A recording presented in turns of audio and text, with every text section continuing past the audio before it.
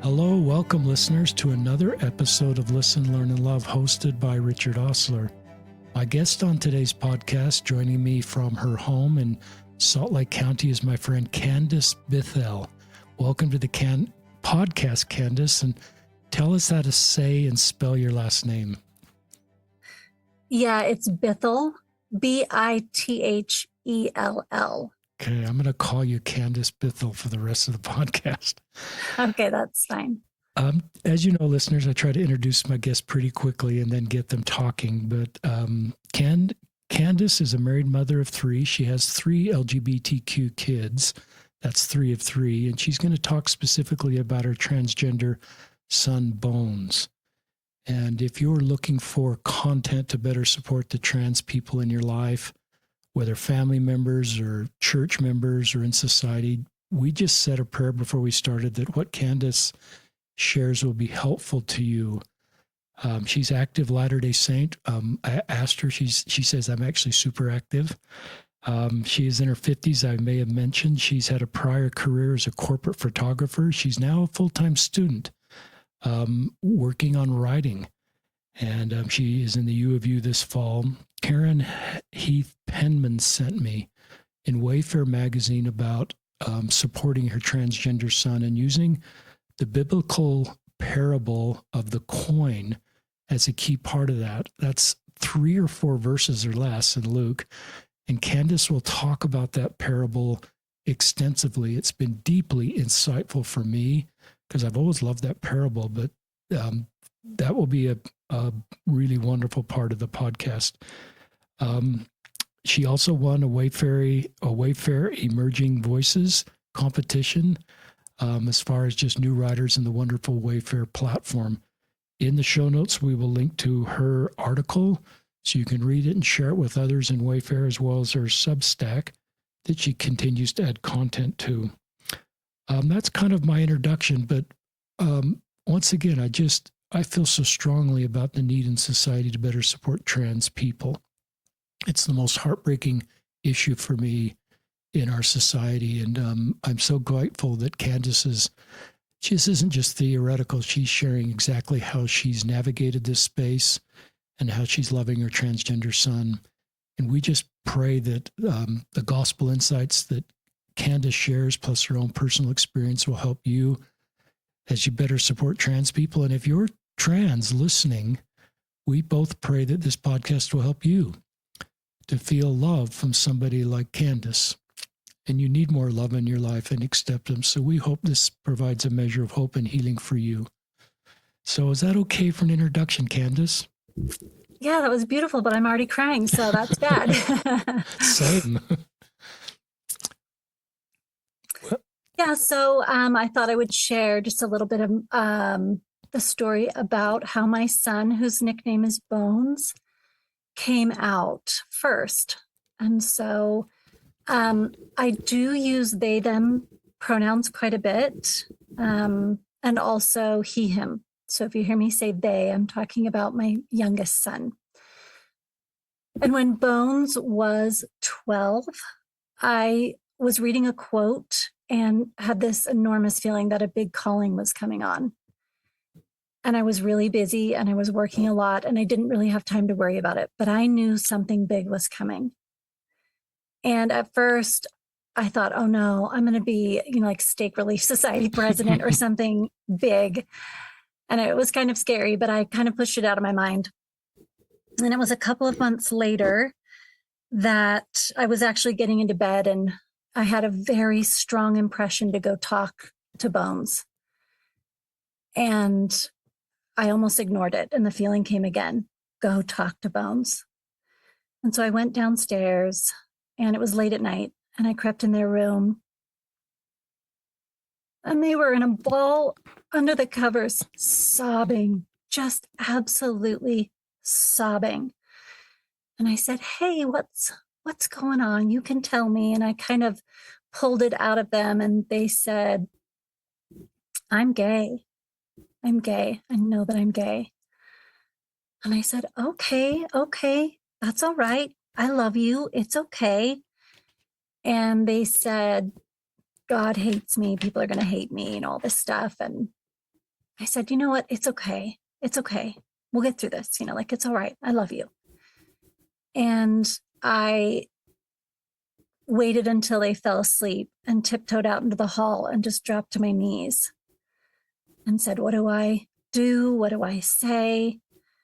And a very warm feeling came over me. The Spirit came over me and said, this is the calling. You are going to be the mother of an LGBT child.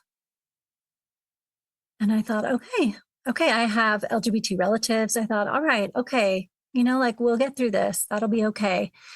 And I went upstairs and told my husband, and he said, oh, I've got to go down. Bones has to know I love them. And I said, well, they're asleep. And so first thing in the morning, he went down and gave them a big hug and said, I love you no matter what.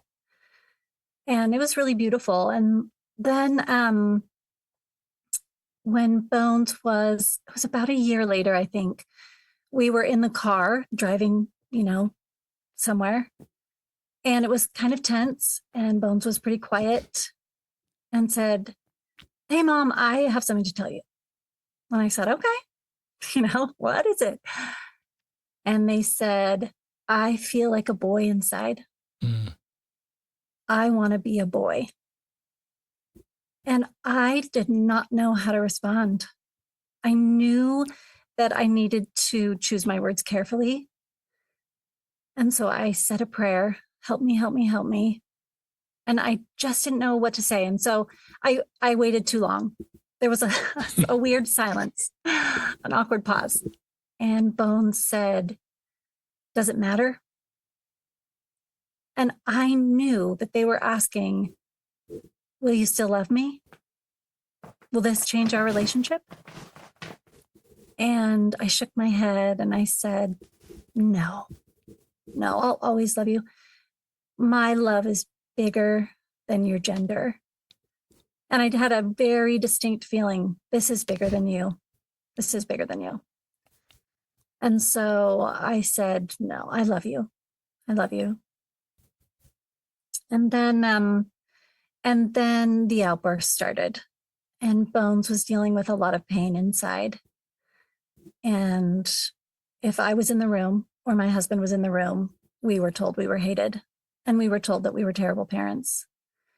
And it was a really tough time. Bones was getting triggered at church and having panic attacks and started on a path of self-harm. And they were suicidal, spent some time in a psych ward. And it really felt like I was losing view of my child. I mean, it was tough. It was a very, very difficult time for a little while.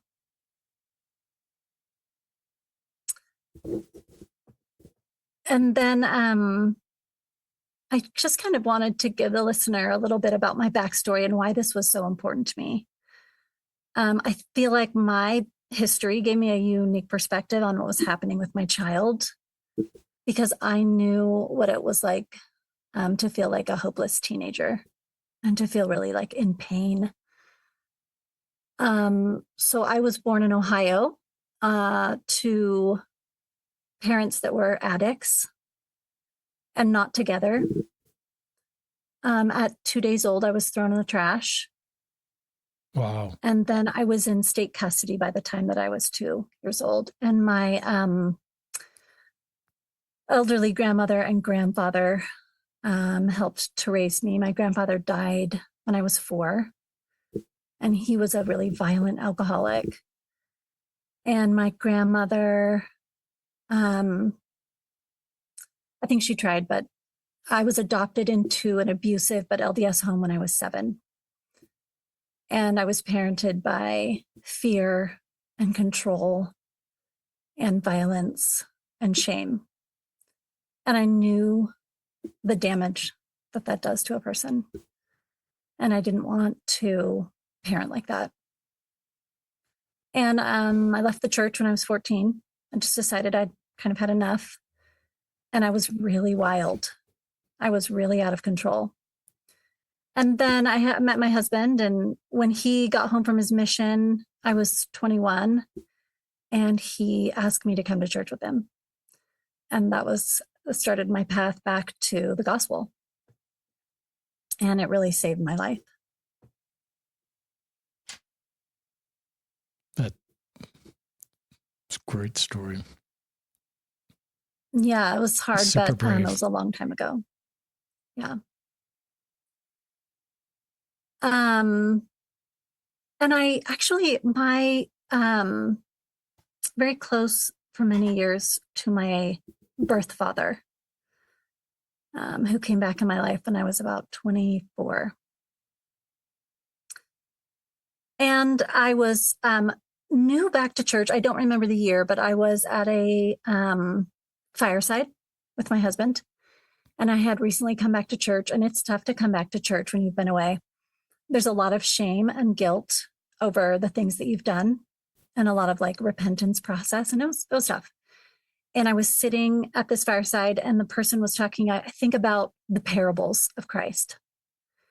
And he mentioned this little parable called the lost coin parable. It's also called the parable of the silver coin, I think. It's in Luke 15, 8-9. And I thought I would just read it really quick. It says, either what woman, having 10 pieces of silver, if she lose one piece, doth not light a candle and sweep the house and seek diligently till she find it? And when she hath found it, she calleth her friends and her neighbors together, saying, rejoice with me, for I have found the piece which I had lost. Sorry. And the fireside speaker just very briefly said, notice it's not the coin's fault that it's lost. It's just lost. And then he went right on to the next thing he said. And that had a profound impact on me, because there's a lack of blame on the coin. And it helped release the shame that I was feeling. And I knew that Heavenly Father and Mother understood my background and the forces that shaped me, but wanted me found. And that I didn't have to carry this burden anymore. Wow. Yeah, it was really profound what he said. That is just super powerful. I wrote that down word for word as best I could, listeners. Not the coin fault it was lost. It was just lost. And then what that did for you, the words you used, I wrote down, tried to write them, released the shame. What a beautiful pastoral moment in your life. And for you to share that with others is terrific. You're doing a great job. Keep sharing, Candice.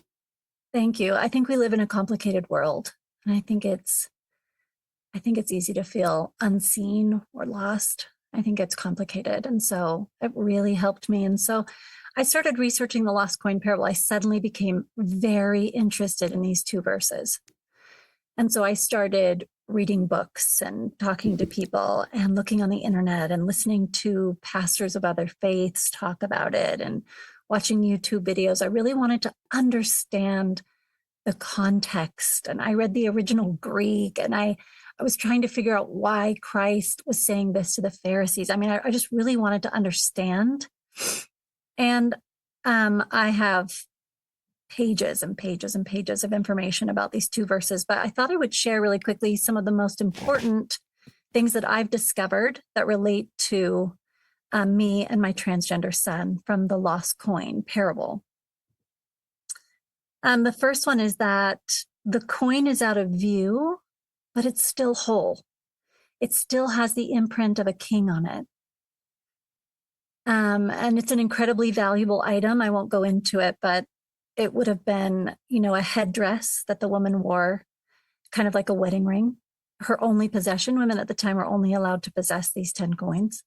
It would have been very valuable, but its value never changed, obviously, when it was out of view. And so I think this parable is about the intrinsic value of people who are on the margins of society and who are not normally in our view, and their wholeness.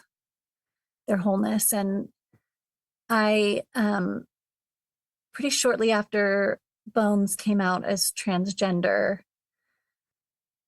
felt that my son was made in God's image and didn't need my fixing. And the coin in this story, like I said, is out of view, but very much whole, very much whole. The second thing is when the woman in the parable can't see, she lights a candle. And I feel like in Sunday school lessons, this is the aspect we talk about, right? That the candle represents the Spirit. But I think what's important is the small light changes what's visible and anchors her to continue her search. The light doesn't change the coin, but it has a profound impact on the ability of the one who is doing the searching.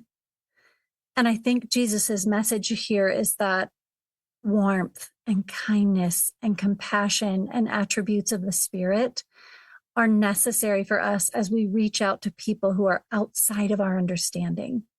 You have to have the Spirit with you, or you risk damage, right? Saying the wrong thing or doing the wrong thing. And so it was what's interesting about the path with my child and I is that supporting my child wasn't about changing them.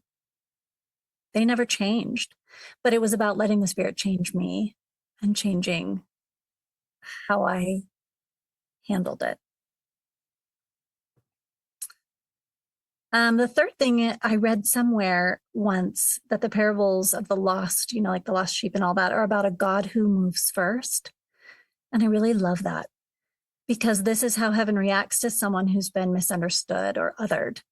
The shepherd doesn't yell for the sheep to come back, right? We're told that sheep know the sound of the shepherd. Well, he doesn't whistle. He goes and finds the sheep. The father runs to the son and embraces him. And actually, when they're in the party, he goes to the self-righteous son also and heads out to him. Hey, why aren't you in the party? And the woman doesn't blame the coin. She notice in the story, she's not getting mad or sitting on the floor and crying, which is probably what I would do. She takes action and she moves towards the coin. And the burden in the parables of the lost are always on the seeker. And so I think it's important when something happens that you don't understand, that you take action and not out of fear, really, but that you take loving, kind action. I have two more really quickly. So the fourth one, Jesus challenged the Pharisaic model of repentance and restitution before acceptance, right? So you actually had to pay fees or get flogged and sometimes killed for something you'd done before you were accepted back into their community. But Jesus totally reversed that. He loved and accepted people first, offered them community, gave support, never demanded change, and they followed Christ on their own. And I think it's important for parenting a trans child, because I think one of the mistakes we make as parents and family members of trans people is that we struggle with supporting and accepting them because we judge their actions instead of letting that go and offering community and love and support first, right? Right. And so I think that part is really important. Lastly, the coin parable shows a unique kind of being lost. The sheep doesn't mean to be lost. We're told that it wanders, like searching for better grass. Maybe it's kind of like waking up one day and you're not in terms of where you used to be in your faith, right? The prodigal son is lost due to rebelliousness and pride, maybe. The elder son is lost due to self-righteousness, maybe contempt. But unlike the sheep that wanders or the sons that rebel, the coin didn't choose to roll away. It doesn't even know that it's missing. And the coin is lost in a safe place, what's supposed to be a safe place. The coin is lost at home, in a place of, apparent safety. And so I think this is important because people can become, I hate to use the term lost, but feeling unseen or damaged in safe places like church and home and schools. And I connect really deeply with this because I felt very triggered before at church. And as someone who was abused as a child, I in an LDS home. I was definitely lost at home. And so I think the point is that sometimes in safe spaces, people are hurt and it can go unseen. Yeah.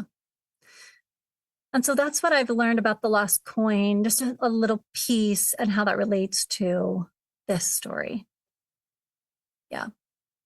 That's beautiful. Keep sharing. You're doing great. Thanks so much. And so going back to my son, when they first came out, I did first try to control the situation. And it ended up being a pretty big mistake. We forced them to go to church for a little while, and we forced school attendance. I really regret that. I think we were acting kind of out of fear at first, and it quickly became unmanageable.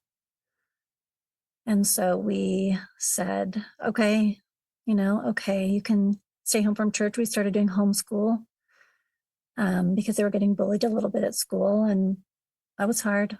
It was hard, but we had to release control in order to make movement towards our child and what they needed. And so I have a good friend that's a parenting expert who teaches parenting classes. And I called and said, I need help. I need real help. And she said, great. And one of her biggest pieces of advice was that when Bones was saying, I hate you, you're a terrible mother, you're a terrible person, to have a one-liner to say back.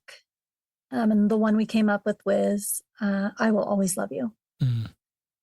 And so my cute teenager would be screaming at me, just screaming in a lot of pain. And I would just say, I'll always love you. Sometimes I would say, I can't stay in the room with you right now.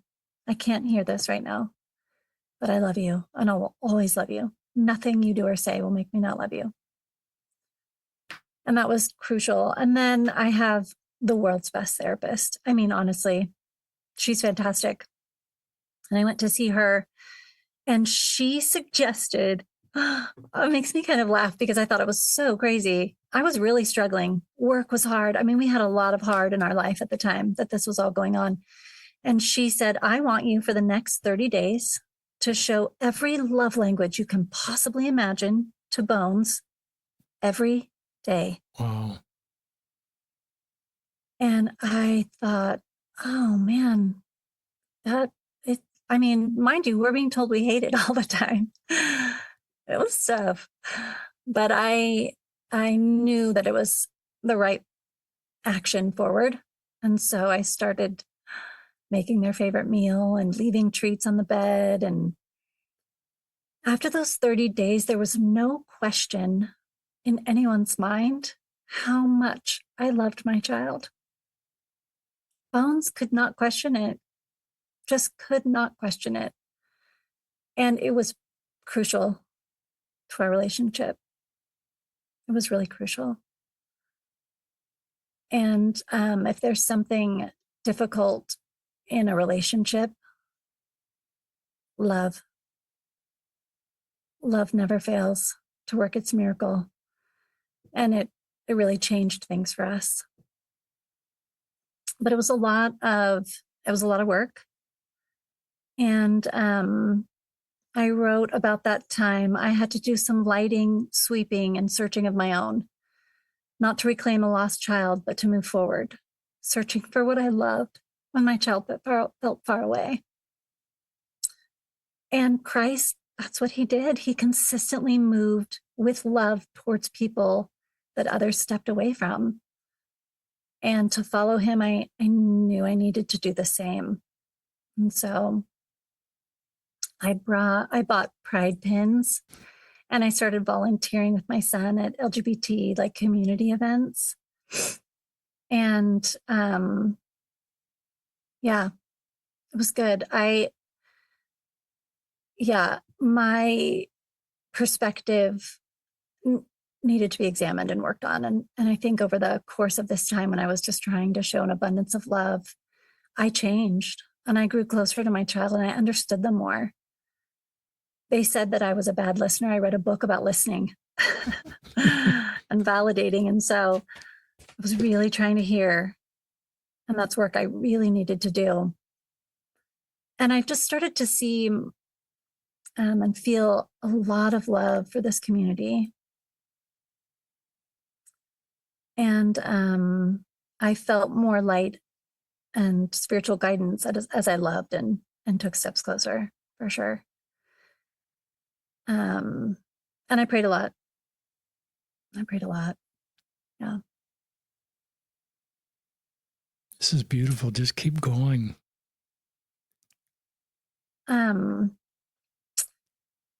There was a time when my child said, "Hey, I want a boy's haircut and I want boy clothes." And so we shopped for boy clothes. We went to the mall and got a whole new wardrobe and got a boy's haircut. And I was learning to accept and embrace and unconditionally love. And there were difficult times. I donated all of their old girl clothing to a family in our ward that had like 5 or 6 girls. And there was a day I went to church after my son started transitioning, to be a boy. And this family, they were wearing all of their old dresses. Wow. That was tough for a minute. Sure. It was tough for a minute. I went outside and cried. And I definitely feel for parents who are going through that grieving process. I think there has to be an end to grieving. For me, there had to be an end where I didn't grieve it anymore. But sometimes things would happen and I'd think, oh, that's hard. That's a little hard. And I know people have said this before, but I loved having a little girl and ballet classes and bows. I love that. And I love having my son. I love having a boy. He's wonderful. And both are true. Both are true. And I shared, in the article, I shared a story at the end about glow sticks. And this is about the time that story happened. My son asked me to go to a pride march for the transgender community. And it was at night and it was a glow march. And I was pretty nervous. I was nervous that I didn't belong there as this like LDS mom. And I did kind of the LDS mom thing. I went to Zurcher's and bought a bunch of glow sticks to hand out because I didn't want to show up empty-handed. And I had my pride pin on my shirt. And my son at the time was feeling very unsupported by the community here in Utah. And a lot of laws were being passed and rights taken away, and it was tough. And so we were a little bit late and we'd parked downtown and we were running up to the Capitol building, which is at the top of the hill. And when we crested the hill, I think I remember reading it was Utah Pride's most well-attended event they'd ever had. And I could be wrong, but I want to say there was like 5,000 or 10,000 people there. And we both stopped at the top of the hill and saw all the people there. And I turned to Bones and said, the next time you don't feel supported, I want you to remember this moment and these people here wanting to support you. And we joined the crowd and there was some speaking and singing and it started to be dark and I got out my glow sticks and I started to hand them out. And pretty soon I had a line of people handing them out. And there was a girl who said, my mom would never come to something like this. She doesn't support me and love me. And so it's nice to see a mom here. And I hugged her and I told her I was sorry and that I loved her and gave her a glow stick. And it was just a really beautiful moment where this community accepted me too, this outsider. And man, it was so fun. I was really nervous to go and I felt so good about being there. I mean, I was telling strangers I loved them and we music started and the march started, and it went down the hill all the way to, the state building park, and people were dancing and telling each other they loved each other and supporting each other. And it was really my first step into being a real ally. And now I crave those times where I volunteer at Pride every year. And I go to all the marches and all of the parades that I can, or that my son wants me to attend. Sometimes they want to go with their friends and not have mom there, but I love this community. And I think relating back to the lost coin, the coin wasn't actually lost. It just needed to be seen again. Just needed to be found a little. And this was one of the big steps towards that, where healing kind of our relationship and taking a step towards supporting this community. And I'm so lucky they accept me to be there. I think what's important too about the coin being seen again, it needed to be seen where it was and how it was. And so the more I accept my son for who he is and this expression of himself, the more love I feel, the more expansive that love becomes. Yeah. So, yeah. This is just beautiful. Keep sharing. Thank you so much. I thought maybe I would share where we are now in the story. So all of my children, all three of them are adults, and they've all come out as LGBT in some way. And my oldest daughter actually married someone who has transitioned and is transgender. And I mean, we all love them so much. And we'd already had a child transition. And so it was easy to say, of course, you're safe here. We love you. Like we love you no matter what. And so that's been really good. I think as a family, it's really pulled us together, and they're doing fantastic as a couple. They're the most loving couple I've ever known. The way that they take care of each other it's pretty profound. And they're very loving and thriving. It's really beautiful. And I hope that gives hope to people in the transgender community, that they can find partners who support them and love them just as they are and support them. Yeah. And all three children have left the church. And I think because of my past, I'm okay with it. I believe in the gospel very much. And I think Heavenly Father has different paths back to him for everyone. And I think that's okay. That's just how I am. And yeah, like I said, we volunteer at Pride every year.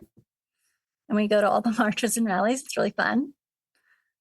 And we're a pretty close family now. We get together for Sunday dinners and play games. And there's a lot of love and fun in our family. And I think all of the experiences we've been through have brought us together. Yeah. And I was going to share this experience.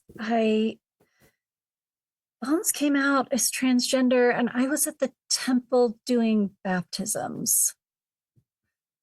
And there was a really long line. And so I was sitting there for maybe an hour. And I was feeling kind of sorry for myself that day. I remember I was thinking, why is life so hard? This is so overwhelming. Everything I've been through, I'm just tired of hard. I'm tired of it being hard. And I was praying, about my trials and everything happening. And I had this really profound spiritual experience where I was shown that everything in my life and the people in my life and my children, it was all a privilege. That Heavenly Father was blessing me. He blessed me with the gospel. He blessed me with these beautiful children. He was blessing me with these experiences. And I really felt that. I really felt that it was a privilege to be trusted with these specific souls and these specific experiences. And that day shifted my thinking. And so I began to try and look for ways in which my experiences were gifts rather than, more like difficulties, which sounds so selfish. And so, yeah, I started to see my child coming out as trans, not as a burden, but this huge gift. Wow. Thank you, Candice. What I do, listeners, that you know this, listen regularly, is I write down things that a guest shares. I'm going to circle back to those in a second. But one of the things you talked about before we went live is that it's not morally wrong to be trans. And you compared it to some other things that we sometimes frame up trans people in a different way. Do you remember that before we went live? You could share that again. I thought that was really insightful. I think often parents in particular, and I think maybe family members, really struggle with supporting and accepting a transgender person or child in their family because they decide it's morally wrong to transition. And I think that was really the pain point when the church kind of came out with this trans, I don't know what to call it, but like their trans guidelines. Yeah. I think a lot of parents decided, oh, well, that means it's wrong. That means it's wrong, morally wrong. And I disagree with that. Same. I think that often there's a biological component. Sometimes people don't know until they're older. I think there's sometimes other elements at play. And I think that gender dysphoria can be quite painful. And that I think your support as a family member or parent is really necessary, but I don't want to speak for everyone. I have definitely tried to follow the spirit, and I think you have to do that with your children too. I have a friend who recently said, oh, I read this article and this kid said, he was so glad his parents didn't support him transitioning because he ended up changing his mind. And I said, that's wild, dude. And I said, I don't know if that's true or not, but this is the path that I was asked to walk and that I have felt best about. I think love is always the answer. But I think sometimes when people say, oh, you need to love, people don't know what that means. I think it means taking loving action. I think that means for this community, your support. But I think it also means having Christ with you. That's great. I'm going to circle back. The first thing I want to talk about is just, you said in about 3 things about your own history that's just crushing. I was thrown in the trash at 2 days old. I was in state custody at 2 years old, was adopted at age 7 into abusive LDS home, parented by fear, control, violence, and shame. I know intimately the damage that can do. That's 400 podcasts right there in 3 sentences you shared with our listeners. I'm just, I just want to validate that painful part of your history and do all that I can to show my love for you and arms through the Zoom camera of just, you are a survivor. And for you to be alive and in a healthy relationship and create a healthy home and have a healthy relationship with God and your husband and your children, doesn't mean it's perfect. Our family's not perfect, but, just respect for the woman you are and the life you're living, the love, the insights you're sharing with others, and being able to survive unimaginable things that have come into your life. It makes sense you left the church in some ways. There's so much pain and anger and shame, and especially being an LDS home, quote unquote, that didn't provide you the things it should have provided. And I love your husband, seeing past your past or not seeing you for the things he could have seen you, and recognize your spirit and your character and your goodness, and following his impressions to know what kind of a woman you are and wife and mother you are. And this is just a beautiful love story. I wanted to just start there. Oh, thank you so much. I've had a lot of help. And certainly my husband has shown me what love is. And his parents and family, they're very loving. And also I've had some really good therapists. And I've had, done EMDR and ART therapy for trauma. And I've had a lot of help along that path. And the gospel has helped me a lot. I'm going to read some stuff as best I can remember it. These are your words, Candice. When you don't understand something, take action, not out of fear, but out of curiosity. I thought that was just terrific. One of my favorite Institute teachers asked Michael Wilcox he's going to say the same thing you said, but in different words. It's better to be intellectually, I can never remember this. It's better to be intellectually curious than superficially sure. That leaves us a great deal to be sure about, while maintaining the humility to learn. So I just encourage our listeners to learn about trans people from trans people, and from parents that are raising trans children, and tamp down the fear-based messages that you might hear in the political realm. Jesus got a following by loving people. Some political leaders and some loud voices get a following out of fear of other groups, and that creates a following, but it's fear-based, and it's not the pattern that Jesus said. So I love that. I love the lost sheep, and I've always thought, an earlier podcast guest 8 years ago, Tyler Christensen, framed that up for me as Jesus knew the lost sheep so well that he knew where to find them and why they were there. And sometimes we make these statements about people that are quote unquote lost, but it takes time to, just like you're sharing, the coin was never really lost. And the mother, knew the coin. And so tying those two parables together is terrific. Then this line you used, so the framing of this statement you made is your child is screaming at you. And you start that thing with my cute teenager. I'm thinking of Christ, where he gave all these wonderful terms to people.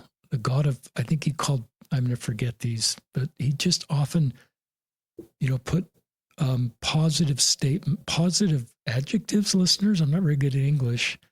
And so I love, in this moment of incredible pain, you call this teenager, Bones, my cute teenager. I love you, and nothing will change it. And you had to do that consistently, because at the beginning you said, God hates me, when your kid came out as gay first. I'm going to circle back to that. And I think a lot of LGBTQ people think, because of the words they hear in society, and even in our church circles sometimes, that they then frame that because all the leaders, quote unquote, in their lives are calling people this way, that they falsely conclude that God hates them. But then when a mom loves them and has to prove that over a period of time, which you've done, I think it helps them to believe other people can love them, and maybe God actually can love me.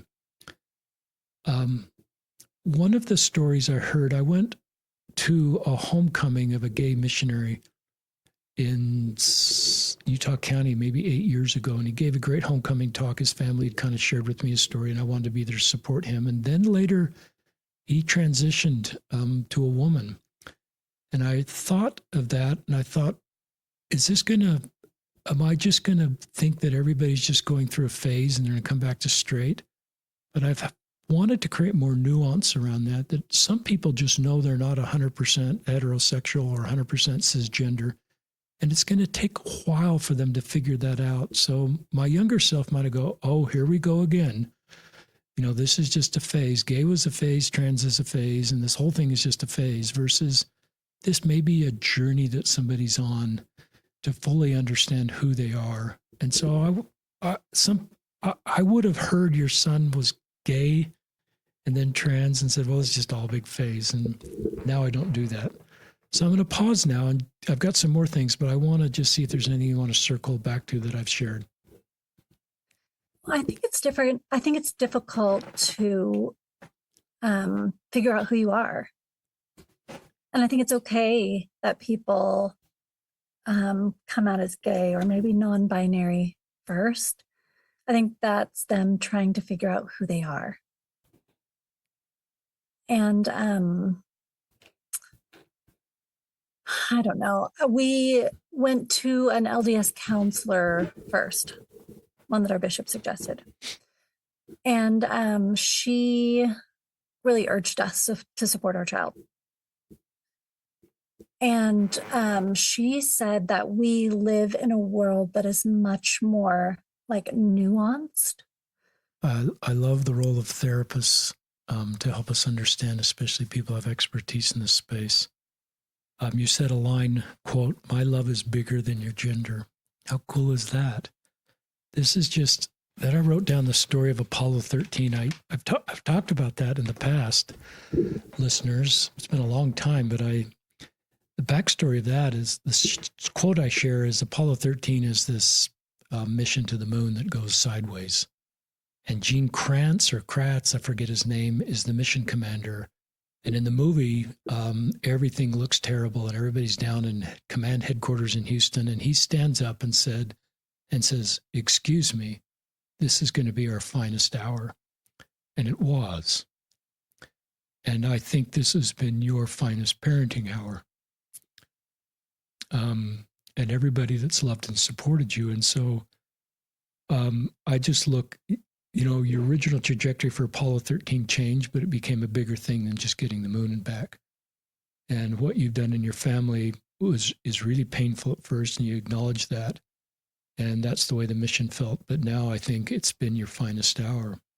And it's laid the foundation for continued final hours because you have this beautiful foundation of love. I love we went shopping together for boys' clothing.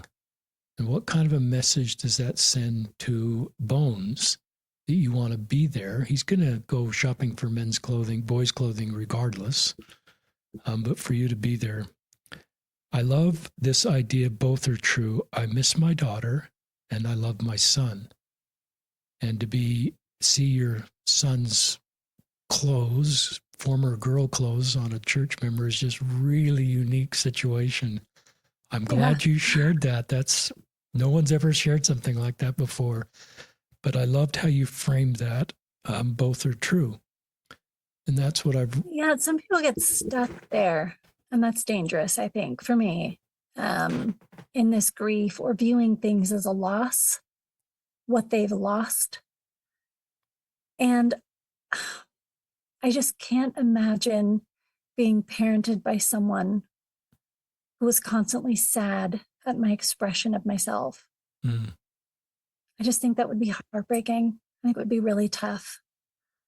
And so I think what was important for me is to grieve. Absolutely. I grieved it a little, and then I let it go. I had to let it go. I had to grieve it and let that grief go and kind of carry it forward with me in a way that helped me love better instead of shut me down or got me always thinking about my feelings, my needs, my loss, my expectations.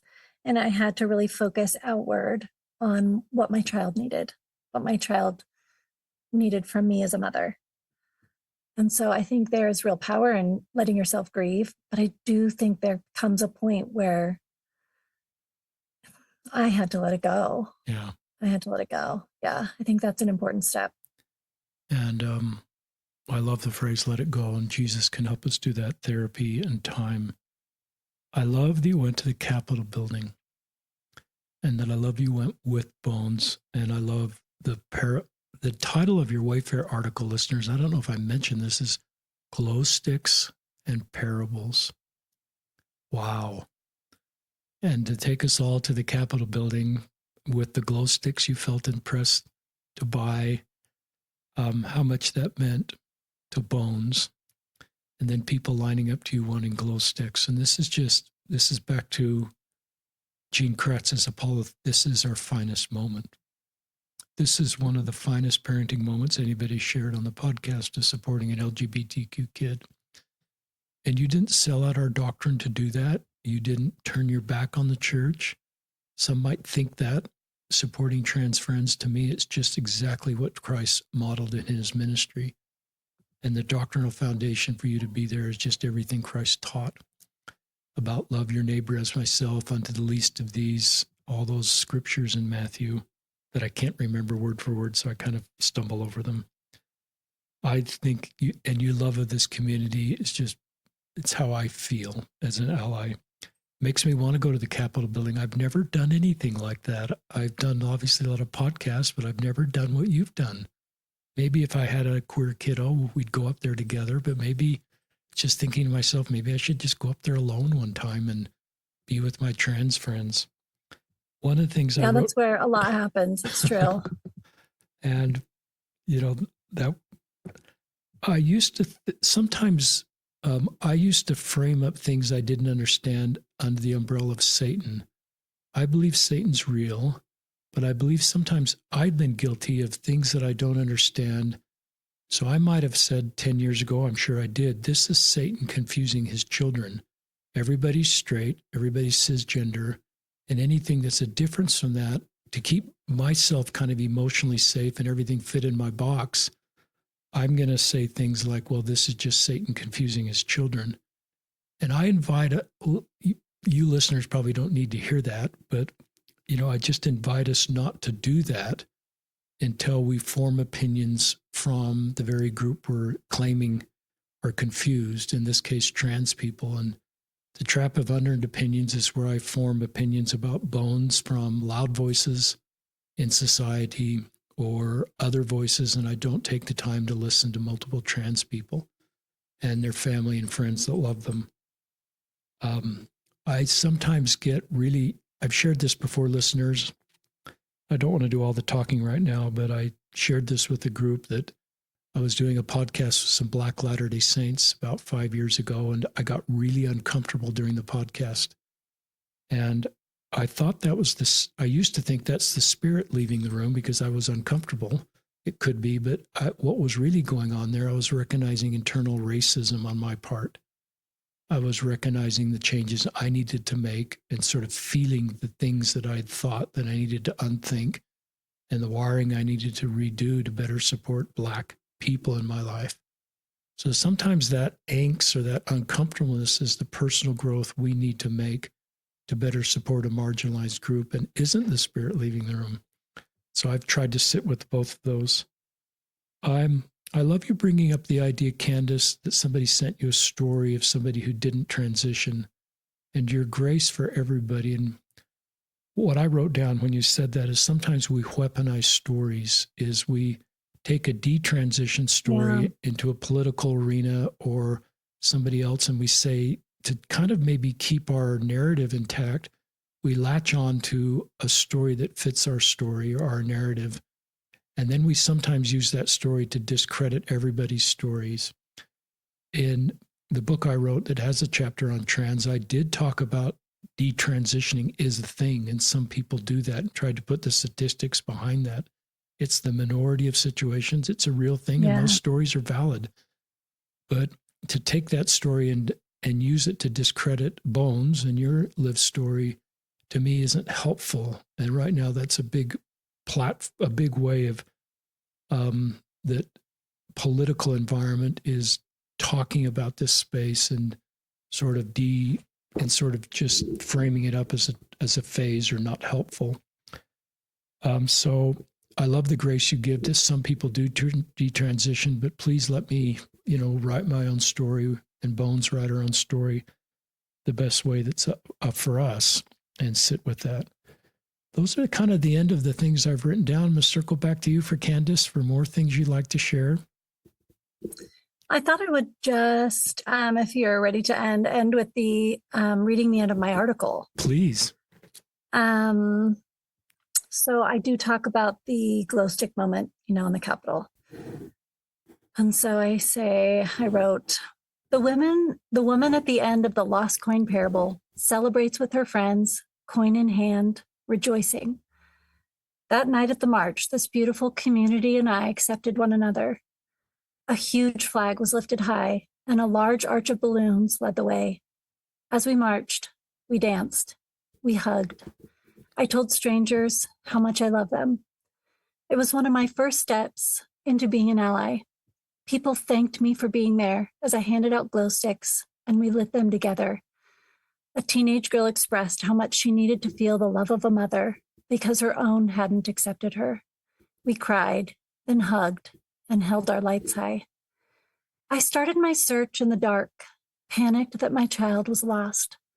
Now here we were together, surrounded by colorful lights in every direction.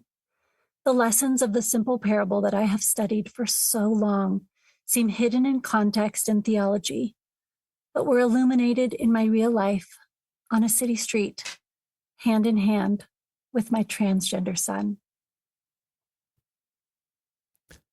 That is just beautiful.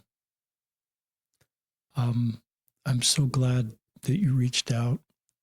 That Karen reached out. I'm so glad you wrote this Wayfair article and did this podcast and are sharing your experience of loving all of your LGBTQ kids and keeping the family circle together and leaving this all at the feet of our Savior. I love your insights into the New Testament parables that give us skills to better understand and support people on the margins.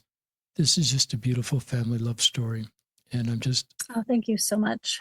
I also want to say to anyone who's transgender listening, I love you. I love you so much. And I believe in you. And hang in there. Change does happen. It is slow.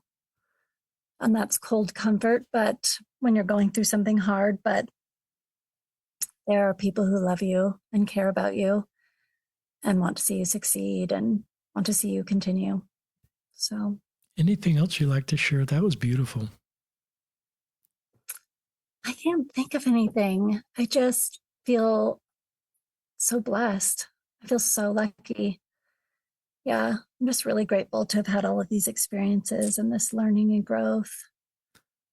I love that you're a writer, and I love that you have this personal story, and I don't want to put any pressure on you, but I hope that more opportunities to share your story happen. So if you're another podcast host or someone that can provide a platform for Candice to continue to share her story or her written words, please, let's do more to get these beautiful stories out of loving and supporting our trans friends. You have this gift of parenting and this gift of writing and this gift of loving that gives me hope.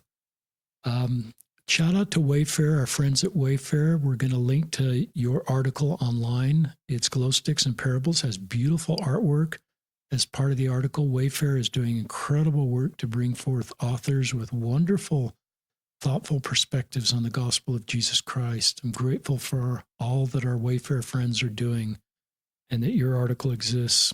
And we'll also link to your Substack, and I think there'll be more content there over time. And just thank you, Candice Bithell, for being on the podcast. And thank you, our listeners, for listening. Please listen and share this podcast. And I just have a prayer in my heart. Candice is doing this too, that we can just do more in society to support our dear trans friends. Being trans, like Candice shares, is not morally wrong. It's just who people are. This beautiful heavenly parents of ours have created a lot of beautiful diversity in our world. And I think this beautiful diversity strengthens us and is a good thing as we learn to love and accept each other and see their gifts. I have trans friends that are functioning in all elements of society in wonderful ways. Physicians, lawyers, teachers, librarians, construction workers that are just functioning just like cis people in wonderful ways to bless the human population. And I think we're better off with our trans friends and supporting our trans friends. Anything else, Candice, before we sign off? No, thank you so much for the podcast. I know when Bones first came out, someone told me to listen, and it really helped me not feel alone. Good. Really, really helped me to understand what was going on and just feel like I had a community. So Thank you so much for the work that you're doing. Thank I really you. appreciate it. Honored to be doing it. And so this is Candice and Richard signing off from another episode of Listen, Learn, and Love.